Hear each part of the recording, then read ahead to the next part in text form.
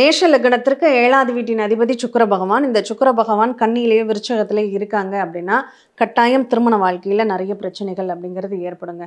அங்க திருமண வாழ்க்கைய ஒரு கேள்விக்குறியாகக்கூடிய அளவுக்கு வாய்ப்புகளை கொடுக்கும். இது யாரால ஏற்படும் அப்படின்னா, இயல்பா நீங்க என்னதான் ஒரு வாழ்க்கை துணைய நம்ம ஹேண்டில் பண்ணிட்டு போகணும்னு நெனச்சாலும், அங்க பிரச்சனைகள் கண்டிப்பாக எழுகும். உங்களுக்கு பிடிச்ச வரன நீங்க தேர்ந்தெடுக்கும்போது, அவங்க சைட்ல இருந்து எந்த ரிப்ளையுமே இல்லாம போயிடும். அப்ப இதுக்கு நம்ம என்ன பண்ணலாம் அப்படிங்கிறதுனா, திருச்சி, ஸ்ரீரங்கம் இந்த ரங்கநாதர் கோவில சுக்கிரஸ்தலம் அப்படின்னு சொல்லுவாங்க. இந்த சுக்கிர பகவான் போய் அங்க ரங்கநாதனை வழிபட்ட இடமாக இருப்பதனால, இத சுக்கிரஸ்தலம் அப்படின்னு சொல்லப்படுது.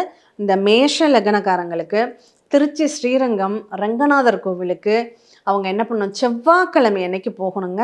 செவ்வாய்க்கிழமை அன்னைக்கு போயிட்டு அங்கே ஸ்ரீரங்கநாதரை நீங்கள் வழிபாடு செஞ்சுட்டு வரும்போது கண்டிப்பாக உங்களுக்கு எத்தனை வாரங்கள் போனால் நல்லதுங்க. ஒரு 9 செவ்வாய்க்கிழமை அந்த ஸ்ரீரங்கநாதரை போய் வழிபாடு பண்ணுங்கள். இன்றைக்கி கூட்டம் ரொம்ப நிறைய இருக்குங்க. போனால் அவ்வளோ சீக்கிரம் பார்க்க முடியல அப்படிங்கிறவங்க, நீங்கள் போய் அங்கே பகவானை பார்த்து பக்கத்தில் போய் பார்த்து தான் கும்பிடணும் அப்படிங்கிற அவசியம் இல்லை.